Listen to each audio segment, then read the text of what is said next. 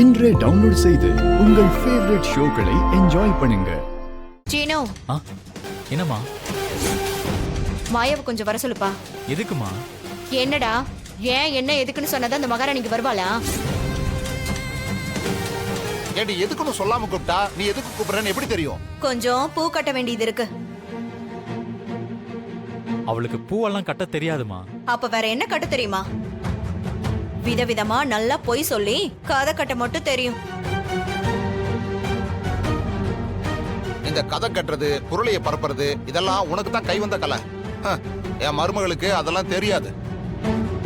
இப்போ உங்ககிட்ட யாராச்சும் கேட்டாங்களா? உங்க வேலை என்னமோ அதை மட்டும் பாருங்க. டேய், அவளுக்கு பூ கட்ட தெரியலன்னா பரவாயில்ல, வந்து கீரை ஆய சொல்லு. மாயாவா? என்ன இப்படி கேக்குறான்? நாங்களும் எத்தனை வேலை தான் பாக்குறது? அவளும் இந்த வீட்டு மருமக தானே, ஏன் அவ வேலை செய்யக்கூடாதா? அப்படி இல்ல, அவகிட்ட நான் ஒரு முக்கியமான விஷயம் பேசணும், அதான். என்ன விஷயம்டா பேசணும்? ஏய், மருமக கிட்ட பேசணும்னு சொல்றான், அத நீ ஏன் கேக்குற? இத பாரு, புருஷன் பொண்டாட்டிக்குள்ள 1000 இருக்கும். எல்லாத்தையும் கிளறி கிளறி கேட்டுக்கிட்டு இருக்காத. வயசாச்சே தவிர கொஞ்சமாவது இங்கிதம் இருக்காடி உனக்கு? இங்கீதம் சங்கீதம்லாம் இருக்கட்டும், எத்தனை வேலைதான் நாங்களே தனியா பாத்துட்டு இருக்க முடியும்? எங்களுக்கும் கஷ்டமா இருக்குல்ல. ஒரு மாமியார் சொல்ற வேலையை கூட இவளால செய்ய முடியாதுல்ல. இவ்ளோ பேசிட்டு இருக்க, அப்ப கூட நான் வேலை பார்க்க வரேன்னு ஒரு வார்த்தை வாயை திறந்து கேக்குறாளான்னு பாருங்க. இல்ல அத்தை, சீனு என்கிட்ட பேசணும்னு சொன்னா. ஏய் பத்மா, இப்ப என்ன? உனக்கு ஒத்தாசிக்க ஆள் வேணும், அவ்வளவுதானே? எங்க அம்மா பக்கத்து ஊர்ல தான் என் சித்தி பார்க்க போயிருக்காங்க.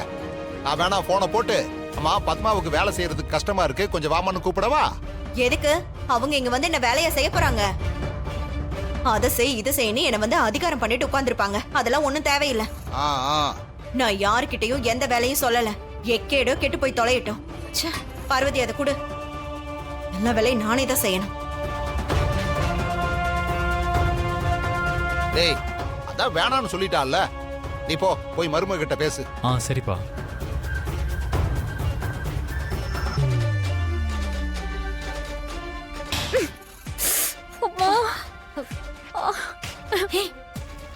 கோய முடிக்குது. லூசா நீ?